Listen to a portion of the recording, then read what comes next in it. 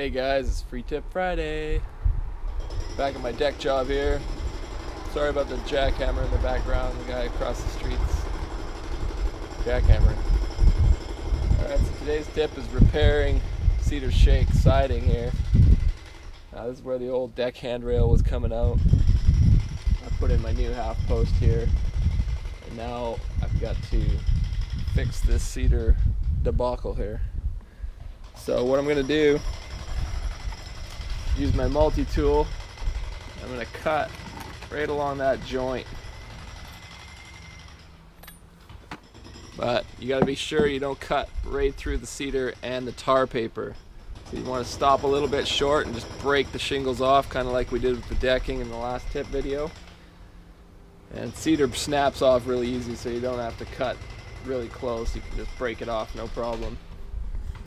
And then if there are any tears in the tar paper, you want to use that red tuck tape to reseal those.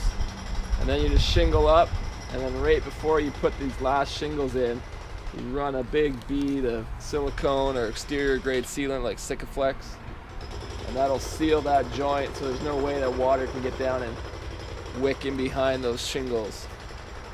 Now this is the easiest way that I've done it. It's probably by no means the technically best way to do it, but it works fine, it looks great.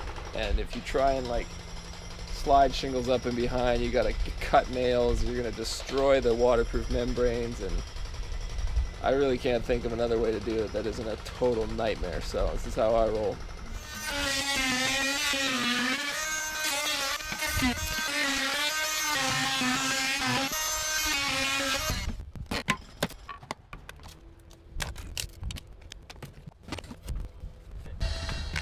I use the shingle for a 1/2-inch spacer. Start my first row, I just set it on the thickness of a shingle. In your first row you want to double it up, 2 layers on your first row.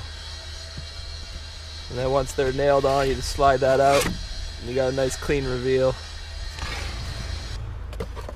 Also, before you put your miters together, just for good measure, put a little bead of silicone right in that joint.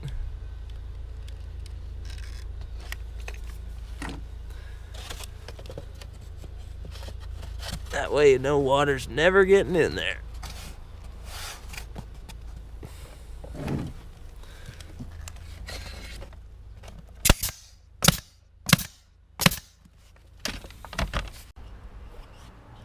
Alright, so before we put in the last piece,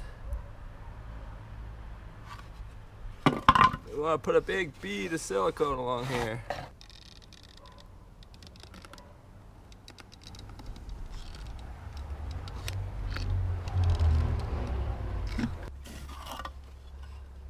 Now that silicone's in there, when this squeezes up, it's going to seal in there.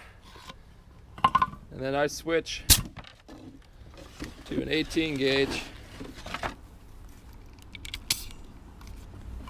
so that you don't leave those big ugly crown staple holes.